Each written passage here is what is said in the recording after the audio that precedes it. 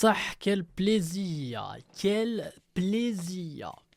Ouais.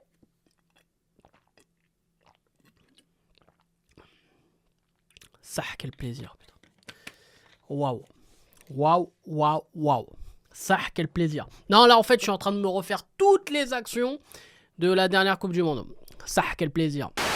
Et salam le monde, c'est Hakim Babossi, j'espère que vous allez bien les gars. Bien sûr, on se retrouve pour beaucoup de choses. Et ouais les gars, parce que dans cette vidéo, on va revenir sur le Maroc les gars. D'ailleurs, c'est ma première vidéo depuis la Coupe du Monde où on va évoquer le Maroc. Avec évidemment, tout d'abord les gars, la candidature officielle du Maroc aux côtés de l'Espagne et du Portugal pour l'organisation de la Coupe du Monde 2030. On en parlera évidemment, hein, est-ce qu'on y croit, est-ce que ça va se faire, est-ce qu'on va encore se faire douiller, bon bref, on va évoquer tout ça et on parlera évidemment de cette fameuse liste de Walid Regragui qui est tombée, la liste de 30 joueurs qui vont affronter le Brésil et le Pérou avec des absents, des nouveaux, bref, on va en parler en détail, mais avant ça les gars, n'hésitez pas comme d'habitude à lâcher un maximum de likes et à vous abonner en activant cette fucking cloche et dites-moi en commentaire ce que vous pensez de tous les sujets qu'on va évoquer et bien sûr voilà, j'ai vraiment besoin de votre avis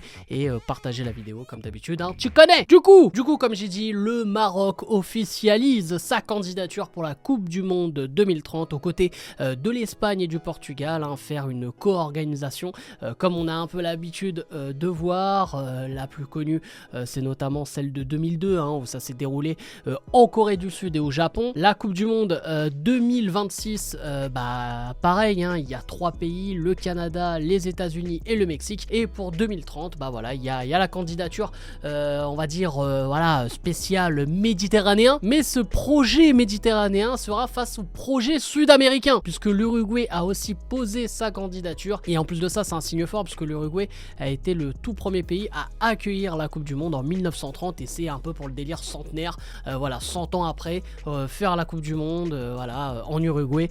Je pense les gars, pour rentrer tout de suite en détail, il n'y aura pas de suspense hein. Les gars, je sais qu'on est tous là à rêver, ouais le Maroc va enfin pouvoir accueillir une Coupe du Monde, ouais.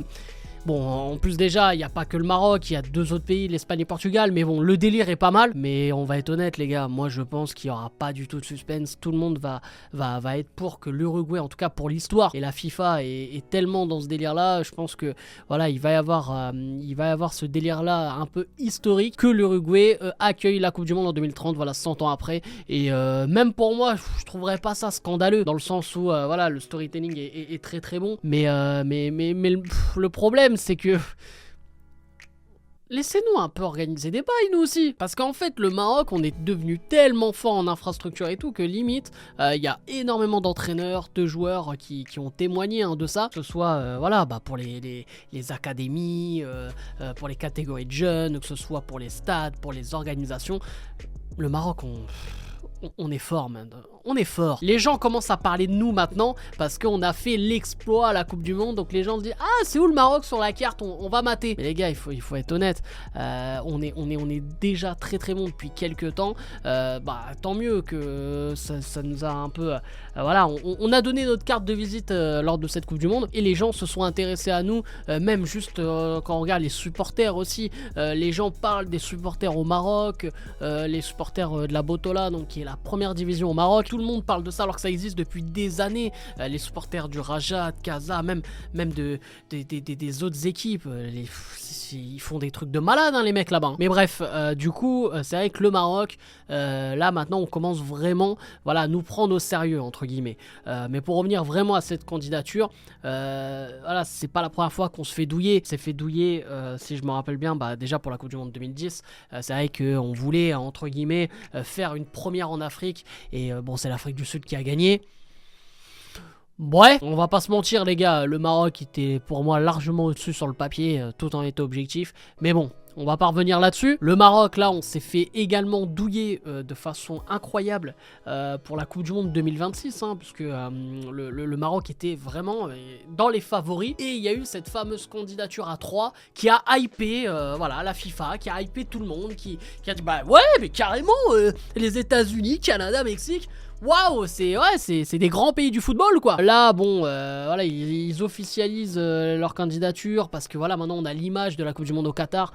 Pourquoi pas, voilà, ça peut peut-être peser dans la balance, et je pense que ça peut aussi rendre service à l'Espagne et au Portugal, en tout cas en termes de poids hein, dans cette candidature. Mais comme j'ai dit les gars, je pense que l'Uruguay va quand même organiser cette Coupe du Monde. Moi j'y crois pas du tout, mais si les gars, évidemment que ça arrive, je serai l'homme le plus heureux du monde. Et les gars, moi je vous le dis de suite hein, moi j'y serai là-bas, hein. Je regarderai tous les matchs hein. Même s'il y a Géorgie, Roumanie, je vais aller le voir hein. Bon, à la Coupe du Monde ça arrive. Mais après tu me diras, maintenant il va y avoir 150 équipes à la Coupe du Monde. C'est-à-dire que si t'es pas à la Coupe du Monde, c'est que ton équipe nationale fait du curling, tu vois. Donc voilà mon avis sur cette candidature à la Coupe du Monde 2030. Et bon, on y croit les gars, évidemment on y croit. Lâche ton like et dis-moi ce que t'en penses évidemment. Maintenant on passe à la liste de Regragui. Eh oui, Walid Regragui qui fait son retour avec le Maroc évidemment, et qui a donné sa liste après Coupe du Monde. Quelques surprises entre guillemets, en tout cas quelques nouveaux dans cette liste. On peut parler bien sûr du joueur de Saint-Etienne, hein, le milieu de Saint-Etienne, Bouchouari, qui est pas mal hein, vraiment avec les Verts. On a aussi le latéral gauche de Nice, Amraoui, qui commence aussi à découvrir la Ligue 1. On a Yacine Keshta qui joue au Havre. On a l'ailier de Rennes, franchement pas mal, hein, Ibrahim Salah. Et après en termes de nouveaux, il reste bien sûr le défenseur central Chadi Riyad de Barcelone, qui fait beaucoup parler de lui avec l'équipe B de Barcelone. Et on a aussi le jeune joueur de Deportivo Alaves, Abdel Abkar, pardon, voilà, j'apprends les blazes, ok. Voilà, donc ces deux derniers d'ailleurs sont des défenseurs centraux, donc c'est pas mal, surtout que c'est là où ça a pêché à la Coupe du Monde, en tout cas à la fin, même si ça faisait notre force. Mais voilà, il faut qu'on enrichisse un peu voilà, on va dire le banc, l'effectif, faire jouer aussi, faire entrer du 109 quoi, parce que c'est vrai que même les remplaçants, ça a été très juste. Mais pourquoi pas voir de nouvelles têtes? Moi je trouve ça prometteur. Après voilà, moi les gars, je vais pas vous mentir, j'ai jamais regardé un match au complet de Chadi Riyad, de Abdel Abkar, tout ça. Moi je vois ça un peu sur les réseaux, des vidéos qui tournent, des petites compiles et tout. Moi je veux voir ce que ça peut donner, en tout cas dans le niveau international. Donc voilà, après Amraoui j'avais déjà entendu parler, le milieu de Saint-Etienne pareil. Bon, le Havre un peu moins, j'avoue. Yacine Keshta je connais pas du tout. L'ailier de Rennes, Ibrahim Salah, ça peut être intéressant aussi. Beaucoup parlent de lui. Donc franchement à voir. Après là je vois aussi qu'il y a des retours entre guillemets hein, dans le sens où des joueurs qui ont déjà été appelés, notamment Imran Louza, qui fait le taf à Watford, mais qui a toujours eu voilà, qui en tout cas sous l'ère Vahid Halilhodžić a eu du mal à passer et à franchir le cap vraiment international. Et aussi le gardien Mehdi Benabid, qui avait déjà été appelé hein, sous l'ère Vahid évidemment. Donc voilà. Après côté absent, on a eu Benoun qui n'est pas là, Selim Amara et Ilyas Shahir qui sont tous les deux blessés. On a Yahya Jabran qui par choix n'a pas été voilà, gardé dans le groupe. Et après voilà les gars, on a la base hein. On a Aguerd, on a Saïs, on a Amrabat, on a Ounahi, Ziyech, Boufal, Ennesseri.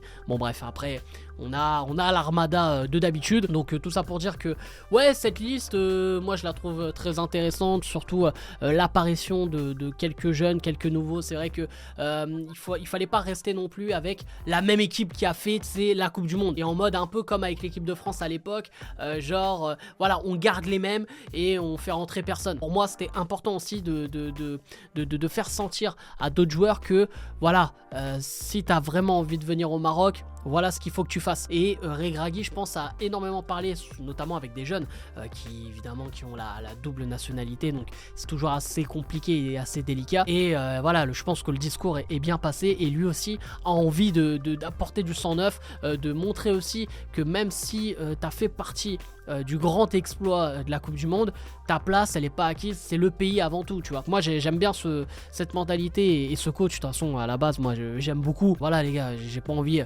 de nous porter la poisse ou quoi, mais quoi qu'il arrive, même en Coupe d'Afrique, voilà, pour moi ce qu'a fait Regragui en si peu de temps, c'est respect à vie comme jamais. Mais bon, tu connais le public marocain, on sort au premier tour de la Coupe d'Afrique, on oublie tout et voilà, on crache sur lui comme jamais. Mais bref, Ça c'est mon avis encore une fois. Après il y a le cas aussi Brahim Diaz hein, qui entre guillemets a le cul entre deux chaises depuis quelques temps maintenant. C'est vrai qu'il a souvent fait comprendre que il voulait jouer pour l'Espagne. Apparemment il y aurait eu une discussion entre lui et Regragui, en tout cas une rencontre. Et de ce qu'on a compris, voilà, je pense que Brahim Diaz ne jouera jamais pour le Maroc. En tout cas Walid Regragui a toujours dit que quand ton avis n'était pas clair, quand ton choix n'était pas clair, voilà, ça sert à rien de parler plus longtemps. C'est soit tu joues pour l'un ou pour l'autre, t'es pas entre les deux en mode ouais on va voir qui me veut le plus.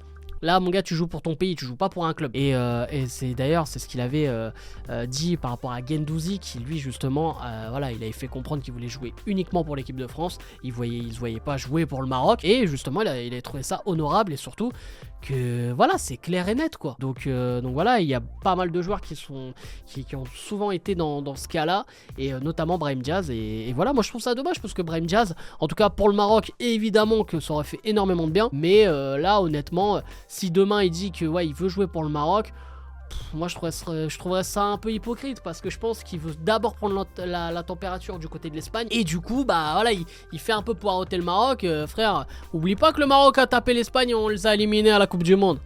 Hamara, j'ai dit Hamara quand même. C'est pas non là c'était pas Brahim Diaz, c'était Fatima Diaz. Du coup tout ça pour dire que évidemment que cette liste moi me plaît. Après à voir évidemment lors des matchs amicaux. Après ça reste que des matchs amicaux, mais quand même les gars, moi je trouve que voilà, on joue le Brésil quoi, donc pour moi c'est pas un match amical. Même déjà quand tu joues avec ton pays, il n'y a pas de match amicaux quoi, tu joues ta vie et là je pense qu'il y en a beaucoup qui vont devoir se la donner hein, pour gagner leur place voilà, pour cette Coupe d'Afrique et pour voilà, faire partie des favoris. Surtout, de toute façon, quoi qu'il arrive, on est favoris là. Et là, comme Regragui l'a dit, c'est demi-finale ou rien. Surtout que s'il va pas en demi-finale, il se casse. Donc bon, bref. On verra ce que ça va donner, hein. Donc voilà les frérots, j'espère que vous avez kiffé cette vidéo. N'hésitez pas à lâcher un maximum de likes comme d'habitude et à vous abonner en activant cette fucking cloche. Et dites-moi en commentaire ce que vous avez pensé voilà, de tous les sujets qui ont été évoqués, que ce soit la liste du Maroc ou alors la candidature du Maroc pour la Coupe du Monde 2030. Voilà, vous me dites tout ça les gars juste sous la vidéo. Et n'hésitez pas comme d'habitude aussi à me follow à travers tous les réseaux sociaux. Voilà, je vous tiens au jus de mon activité, tout ça. Et surtout, ouais, on est souvent sur Twitch les gars, ça se passe beaucoup sur Twitch. Il y a du gaming, il y a de la react, il y a du live, il y a des... Frère, viens, voilà, ça fait plaisir. Bref, c'était un game impossible. Je vous aime, je vous laisse et je vous fais la fucking bills. Faites la place où tu te prépares, c'est les lions de l'Atlas. Faites la place où tu te prépares, c'est les lions de l'Atlas. Faites la place où tu te prépares, c'est les lions de l'Atlas. Faites la place où tu te prépares, direction le Qatar. Je place un gros